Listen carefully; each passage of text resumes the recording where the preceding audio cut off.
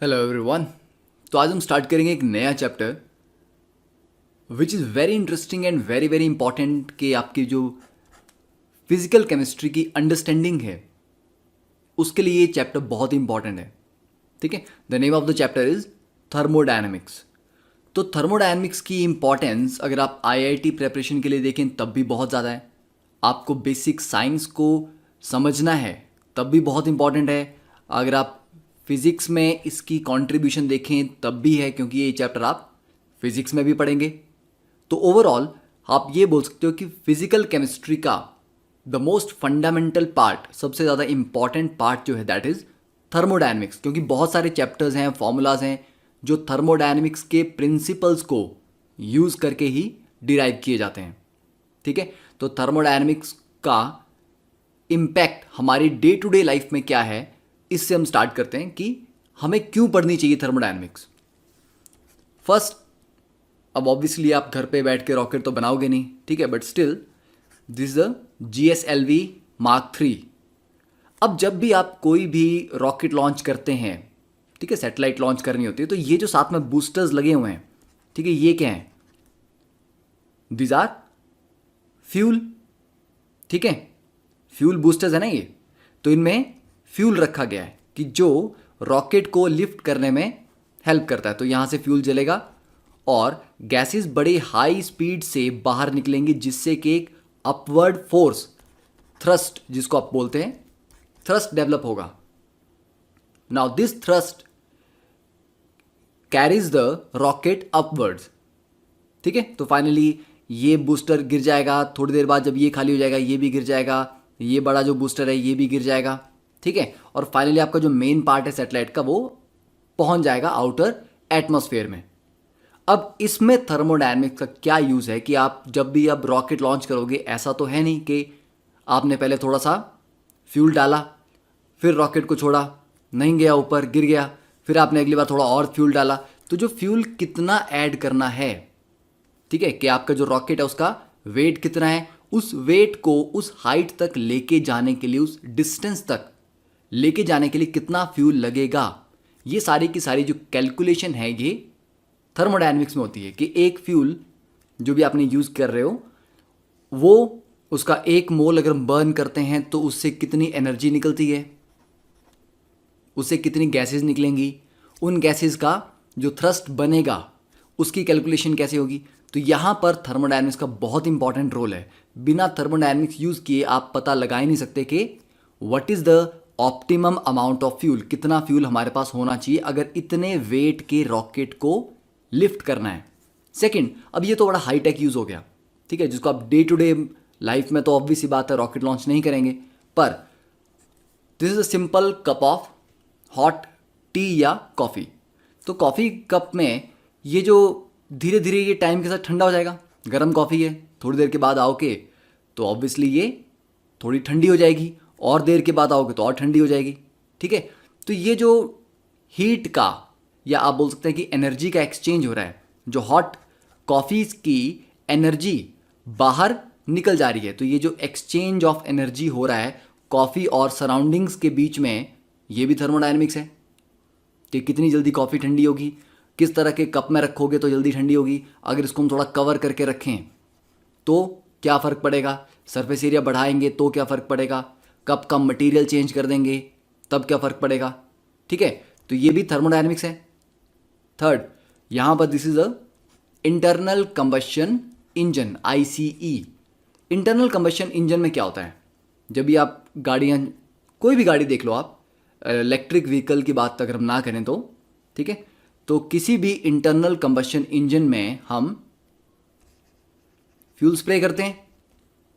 ठीक है, fuel spray करेंगे, यहाँ से ये पिस्टन है, ये ऊपर मूव कर रहा होगा, जब ये ऊपर जा रहा होगा तो ये यहाँ पर जो एयर होगी उसको कंप्रेस करेगा, कंप्रेस करके एयर बहुत गर्म हो जाएगी। जब आप फ्यूल स्प्रे करेंगे वो फ्यूल गर्म एयर के साथ मिक्स होगा और एकदम से आग पकड़ेगा, तो यहाँ पर कंबशन होगा। कंबशन से जो गैसेस बनेंगी उन गैसेस का प्रेशर लगेगा, प्रेशर इस पिस्टन को नीचे की तरफ पुश करेगा, तो वापस पिस्टन नीचे जाएगा, नीचे जाके इस तरह से सर्कुलर पाथ में घूमेगा, तो ये क्रैंकशाफ्ट है। तो बेसिकली हम कर क्या रहे हैं यहाँ पे, ओवरऑल आपने फ्यूल सप्लाई किया, फ्यूल के अंदर क्या थी, फ्यूल के अंदर थी केमिकल एनर्जी। उस केमिकल एनर्जी के कंबशन से, जलने से क्या रिलीज हुई? हीट रिलीज हुई। उस हीट से जो प्रेशर बना, गैसेस से जो प्रेशर बना, उस प्रेशर को आपने मैकेनिकल एनर्जी में कन्वर्ट किया, ठीक है, जिससे कि इंजन आपका चल रहा है। तो फ्यूल में थी केमिकल एनर्जी, उसको कन्वर्ट किया हीट एनर्जी में कंबशन के थ्रू, और हीट से हमने इस पिस्टन को मूव कराया जिससे कि वो मैकेनिकल एनर्जी में कन्वर्ट हुआ, और उस मैकेनिकल एनर्जी से आपकी गाड़ी के जो व्हील्स हैं वो रोटेट करते हैं। तो यहाँ पर एक फॉर्म ऑफ एनर्जी को आप दूसरी फॉर्म ऑफ एनर्जी में कन्वर्ट कर रहे हैं, ठीक है। तो ये भी काफ़ी इंपॉर्टेंट एवरीडे यूज़ है। तो अगर आप नई नई गाड़ियाँ डिज़ाइन करना चाहते हैं, एक अच्छा इंजन डिज़ाइन करना चाहते हैं जो ज़्यादा एफिशिएंट हो, मतलब उसकी माइलेज बहुत अच्छी हो, तो अच्छी माइलेज के लिए आपको क्या करना पड़ेगा? You have to understand thermodynamics. क्योंकि नॉर्मली जो आप आज की डेट में गाड़ियाँ यूज़ करते हो उनकी एफिशिएंसी 30% के आसपास है। मतलब उस फ्यूल में जो टोटल अमाउंट ऑफ एनर्जी है उसका 70% वेस्ट होता है, सिर्फ 30% ही आप इफेक्टिवली यूज़ कर पा रहे हो, तो इसीलिए माइलेज कम है। अगर आप किसी तरह से उसकी थर्मोडायनेमिक्स को, ये जो हीट लॉस हो रहा है 70% का जो लॉस है, उसको रिड्यूस करके एफिशिएंसी बढ़ा सकेंगे तो definitely there will be a better mileage, ठीक है। तो उसके लिए आपको 100 सीसी की बाइक नहीं लेनी पड़ेगी। स्टिल फ्रॉम अ 600 सीसी और a bigger bike you can have a better mileage, ठीक है। देन एसी की बात करते हैं। घर में एसी है, रेफ्रिजरेटर है, हीटर्स हैं, ये सारे के सारे क्या यूज़ कर रहे हैं? Principles of thermodynamics. इनका डिज़ाइन कैसे किया जाए, इनकी एफिशिएंसी को कैसे इंप्रूव किया जाए, it's all thermodynamics. Then now it's a thermal power plant, ठीक है। तो चाहे थर्मल हो, न्यूक्लियर हो, पावर प्लांट की जो डिज़ाइनिंग है वो भी थर्मोडायनेमिक्स को बहुत ज़्यादा यूज़ करती है, ठीक है। तो पावर प्लांट में अगर आपको काम करना है, जाना है, समझना है कि कैसे ये वर्क करता है, you have to know thermodynamics. तो साइंस में कहीं भी जाना है, you have to know thermodynamics. फिर मोबाइल्स यूज़ करते हो, ठीक है। तो मोबाइल्स पे आपने देखा होगा काफ़ी देर तक अगर हम मोबाइल यूज़ करते रहें वो हीटअप हो जाते हैं। लैपटॉप आप काफ़ी हैवी टास्क कर रहे हो, गेमिंग कर रहे हो उसके ऊपर, तो काफ़ी हीटअप होगा। तो लैपटॉप के अंदर या कंप्यूटर्स के अंदर आपने देखा होगा कि जो प्रोसेसर है, प्रोसेसर के ऊपर इस तरह का फ़ैन लगा होता है, और ये जो स्ट्रक्चर है ये क्या है? पतली पतली फिन्स हैं। ये फिन्स क्या करती हैं कि जो प्रोसेसर हीटअप होता है, जब बहुत ज़्यादा कोई हैवी टास्क आपका लैपटॉप कर रहा है या कंप्यूटर कर रहा है, तो बड़ी हीट जनरेट होती है, वो गर्म हो जाता है।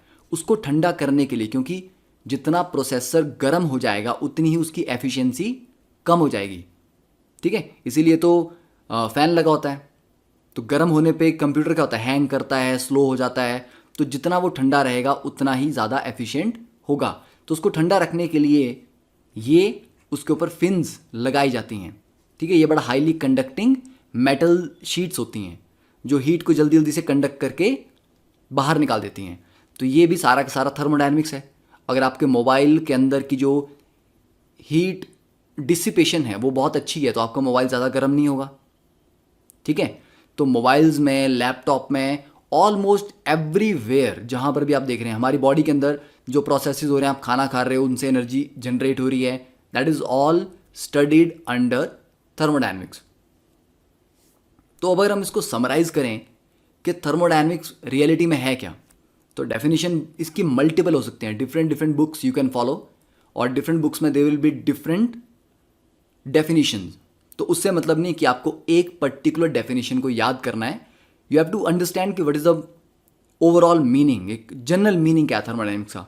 तो thermodynamics is the study of energy and the interaction of energy with matter. Energy कैसे एक फॉर्म से दूसरी फॉर्म में चेंज हो रही है, ठीक है, उसको आपको समझना है।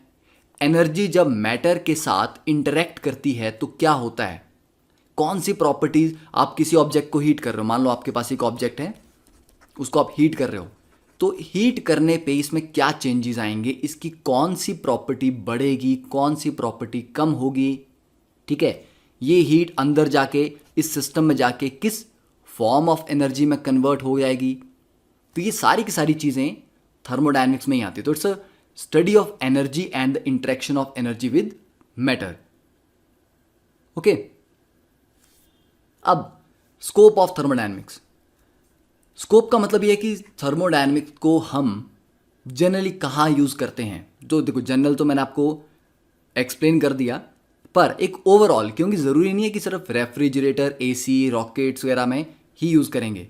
एक जनरल बात करें तो जनरल स्कोप ऑफ थर्मोडायनेमिक्स पहला क्या है, to predict the feasibility of a reaction.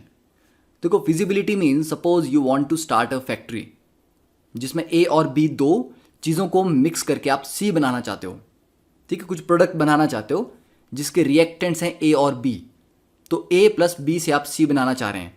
पर पॉइंट ये कि क्या ए और बी सी बनाते हैं? तो चलो मान लिया आपको पता है कि हाँ ये सी बनाते हैं। अब सेकंड पॉइंट ये कि फैक्ट्री में सिर्फ ये ज़रूरी नहीं है कि ये सी बनाते हैं, ये भी ज़रूरी है क्या ए और बी से सी बनाना इकोनॉमिकल है, सस्ता है। क्योंकि अगर बहुत महंगा होगा तो वो चीज़ बहुत कॉस्टली होगी, तो एक अच्छा प्रोसेस नहीं है।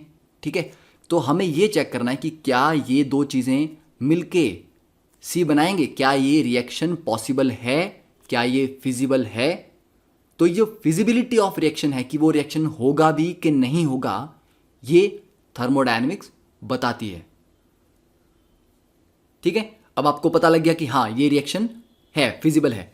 सेकंड, अब आपको ये पता करना है कि ठीक है, अगर ये फिजिबल है तो मुझे इसमें कितनी एनर्जी सप्लाई करनी पड़ेगी, या इस प्रोसेस से क्या एनर्जी रिलीज होती है, कि एक्सोथर्मिक प्रोसेस है जिसमें हीट रिलीज होती है, या एंडोथर्मिक है जिसमें हीट गेन होती है। तो what are the energy changes, कि जब रिएक्शन होता है तो क्या क्या एनर्जी चेंज होती है उसमें, वो सारे थर्मोडायनेमिक्स से कैलकुलेट करेंगे। देन ये रिएक्शन क्या इक्विलिब्रियम पे तो नहीं पहुंच जाएगा कि थोड़ा सा हुआ फिर रुक गया, इक्विलिब्रियम आ गया। ठीक है, तो कितना दूर ये रिएक्शन जाएगा, कहां तक जाएगा। मान लो हो सकता है कि 90% होके रिएक्शन रुक जाए, हो सकता है 10% आगे जाके ही रिएक्शन रुक जाए। तो अगर 10% आगे जाके रिएक्शन रुक गया तो ए और बी तो वैसे ही पड़े रह जाएंगे। ठीक है, तो ये पता करना कि ठीक है रिएक्शन होता भी है, उसके एनर्जी चेंजेस भी हमें पता है, पर कितना दूर ये फॉरवर्ड डायरेक्शन में जाएगा, the extent to which the chemical reaction proceeds, तो ये भी आपको थर्मोडायनेमिक्स ही बताएगी। ठीक है, तो I think scope of thermodynamics is pretty much clear to you.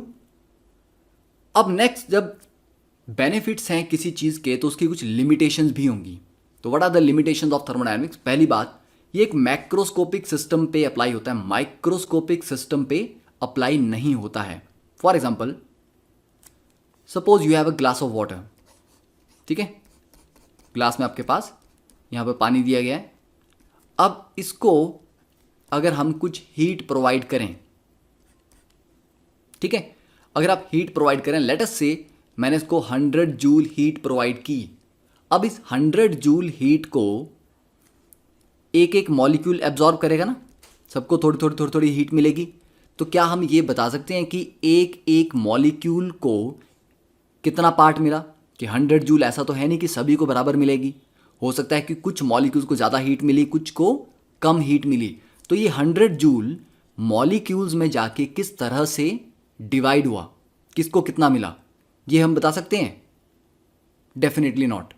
ठीक है, माइक्रोस्कोपिक लेवल पे जाके हीट किस तरह से या एनर्जी किसको कितनी मिली, कैसे डिस्ट्रीब्यूट हुई, ये हम नहीं बता सकते। हम ये बता सकते हैं कि हाँ, अगर वाटर की इनिशियल एनर्जी ई थी तो 100 जूल एनर्जी देने के बाद अब उसकी एनर्जी ई प्लस 100 हो गई। जैसे मान लो आपके पास इनिशियली 200 रुपीज़ थे, मैंने अगर आपको 500 रुपीज़ दे दिए तो अब आपके पास 700 हो गए।